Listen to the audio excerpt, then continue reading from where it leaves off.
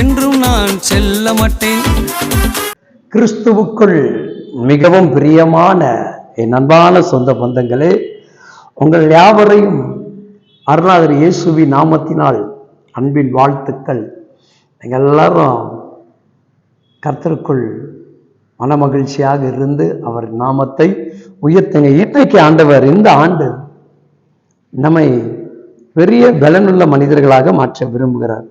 அநேக நாட்களில் நாம் அநேக காரியங்கள் தேவனிடத்தில் கேட்டு பெற்றுக்கொண்ட நாட்கள் உண்டு.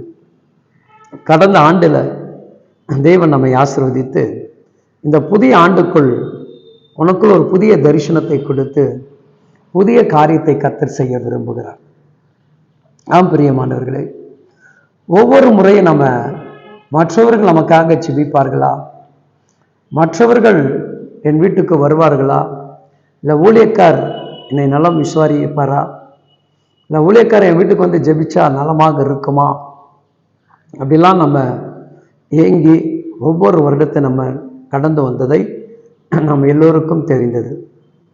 ஏன்னா இந்த ஆண்டில் தேவ பிள்ளைகளை கர்த்தர் அநேகரை சந்திக்கக்கூடிய கிருபை உள்ளவர்களாக நம்மை கர்த்தர் மாற்ற விரும்புகிறார்.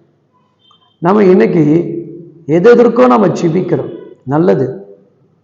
ஆனால் இன்னைக்கு நீங்கள் 75% கிறிஸ்துவ குடும்பங்களுக்காகவும் கிறிஸ்துவுடைய சமுதாயத்துக்காகவும் கிறிஸ்துவ பிள்ளைகளுக்காகவும் ஊழியர்களுக்காக தான் இன்னைக்கு உங்கள் ஜெபம் தேவைப்படுது. நம்ம அநேகருடைய ஜெபம் அதுக்கு தான் தேவைப்படுகிறது.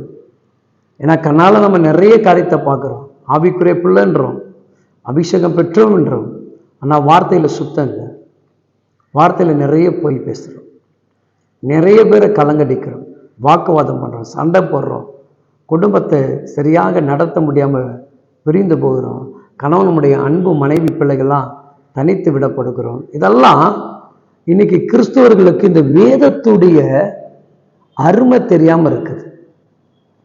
இந்த வசனங்களானது நம்மை நடத்துகிறது, நம்மை பராமரிக்கிறது, நம்மை பாதுகாக்கிறது என்று ஒவ்வொரு தெய்வ பிள்ளைகள் நீங்கள் அறிந்து கொள்ளணும். அதுதான் மிகப்பெரிய அவசியமான காரியம். வசனம் ஏனோதானமாக கர்த்தர் நமக்கு சொல்லிட்டு போல, அதனால புரிஞ்சுக்கணும்.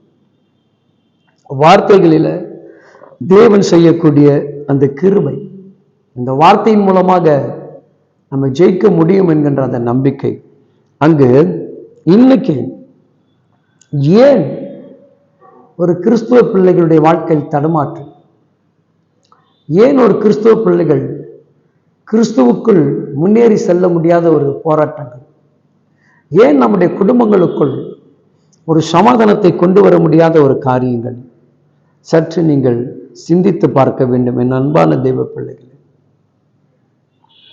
ஆவியில நீ வளர்ந்து அபிஷேகத்தில் வளர்ந்து கர்த்தருடைய வார்த்தைகளை நிலைத்திருக்கிறாயா? கர்த்தருடைய வசனத்தின்படி நீ நடக்கிறாயா? வசனத்தின்படி நேசிக்கிற அன்பின் குணம் இருக்கா? நம்ம என்ன பண்ண, நான் நேசித்தேன் பிரதர், அவங்க என்னை ஏமாத்திட்டாங்க, ஏமாத்த தான் செய்வாங்க, அதுக்காக நீ ஏமாற்றக்கூடாது. உன் அன்பு எப்பொழுது நல்ல அன்பா இருக்கணும். இயேசு கிறிஸ்து எல்லாருமே தான் அப்படிதான் அன்பா இருந்தாரு, எல்லாரையும் தான் நேசித்தார். ஆனா இன்னைக்கு தேவன் உனக்கும் எனக்கும் சொல்லக்கூடிய ஒரு செய்தியை நான் உங்களுக்கு சொல்ல விரும்புகிறேன். எரேமியா தீர்க்கதரிசி 15ஆம் அதிகாரத்தில் 15வது வேத வசனம் இப்படியாக நம்ம சொல்லுகிறது: கர்த்தாவே நீர் அதை அறிவீர், தேவரே என்னை நினைத்து என்னை விசாரித்து என்னை துன்பப்படுத்துகிறவர்களுக்கு எண்ணின் நிமித்தமாக நீதிகளை சரி கட்டுவார். அவ்வளவுதான் வசனம். என்ன தெளிவா சொல்லுது நமக்கு, நம்ம அறிந்திருக்கிற தேவன், நம்மை நினைத்திருக்கிற தேவன், நம்மளை விசாரிக்கிற ஒரு தேவன். புரியுதுங்களா? அப்போ உன்னை துன்பப்படுத்துகிறவர்கள் உன் நீதி நிமித்தமாக தான் அங்க விசாரிக்கப்படும்.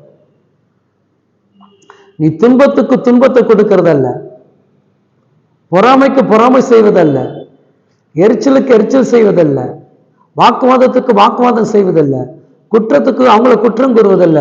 ஐயோ இவங்க சொல்லிட்டாங்க அதனால அவங்க மேல இன்னும் அதிகமா நீ குற்றம் சொல்வதல்ல. அது என்னன்னா உன் நீதி அங்க விளங்கணும், உன் ஜெபம் அங்க தனித்துவமா இருக்கணும். நீ ஜெபிச்சாதான் கர்த்தர் உனக்காக நீதி நியாயத்தை விசாரிப்பார். அப்ப அந்த நீதி நியாயத்தை விசாரிக்க வேண்டும் என்று சொன்னா நீங்க என்ன பண்ணணும்? உங்களை கர்த்தருக்குள்ளாலே முன்னிலைமைப்படுத்தணும். அவர் அங்க வேதம் சொல்றது பாருங்க, நீர் என்னை அறிவீர், என்னை நினைத்தீர், என்னை விசாரித்தீர். அவ்வளவுதான். அறிந்த தேவன், நம்மை நினைத்த தேவன், நமக்காக விசாரிக்கிற ஒரு தேவன். அதனால மனுஷகரிகமாக நீங்க முடிவு எடுக்காதீங்க. உடனே எனக்கு கடவுளை வெளிப்படுத்திட்டாரு, நமக்கு கடவுளே எனக்கு இதை செஞ்சிட்டாரு, இவங்க கிட்ட பேசக்கூடாது, இங்க போகக்கூடாதுன்னு சொல்லிட்டு இது சுய முடிவு. ஏன்னா அங்கதான் கர்த்தர் நின்று நமக்குண்டான நீதிகளை நியாயத்தை வாங்கி கொடுப்பார், அங்க நிலைநிறுத்துவார். அதற்கேற்ற தன்மைகளை கர்த்தர் நமக்கு உருவாக்கி கொடுப்பார். அதனால என் அன்பான தெய்வ பிள்ளைகளே, உங்க உண்மையை வெளிப்படுத்துங்க, உங்க ஒழுக்கத்தை வெளிப்படுத்துங்க, உங்க பரிசுத்தத்தை வெளிப்படுத்துங்க, உங்க அன்பை வெளிப்படுத்துங்க, உங்க ஜெபத்தை வெளிப்படுத்துங்க. உங்களுக்காக அவர் நீதி செய்வார். ஒருபோதும் உங்கள் வாழ்க்கையை அவர் தோல்விக்கு கொண்டு போக மாட்டார். என்னோடு சேர்ந்து ஜெபிப்போமா? மகா பரிசுத்தம் இரக்கம் உள்ள தகப்பனே, நீர் என்னை அறிந்திருக்கிறீர், என்னை நினைத்திருக்கிறீர், என்னை விசாரிக்கிறேன். என்னை சுற்றி நடக்கக்கூடிய சம்பவத்தை குறித்து நான் பயப்படலை. என்னை 1000 பேர் பேசுறது குறித்து நான் கலங்க மாட்டேன். ஏன்னா அதையெல்லாம் நீங்க பார்க்கிறீங்க, கவனிக்கிறீங்க, அதற்குண்டான விசாரணை உங்ககிட்ட இருக்கிறது. ஆனா நான் உங்களுக்கு உண்மையாக ஜெபித்து துதித்து உங்களுடைய நாமத்தை நான் மகிமைப்படுத்துவேன். அதற்கு என்னை தகுதிப்படுத்துங்க, என்னை ஆசீர்வதிங்க. தொடர்ந்து உமக்காக நான் ஓடக்கூடிய அந்த அன்பின் குணத்தினால் என்னை நடத்துங்க. இயேசு கிறிஸ்துவின் இரத்தம் ஜெயம் உண்டாகட்டும். ஆமேன், ஆமேன். அவர் விசாரிப்பார், நீங்க செய்வீங்க, கூடையே என்று பெரிய காரியத்தை செய்வாராக. ஆமேன். God bless you.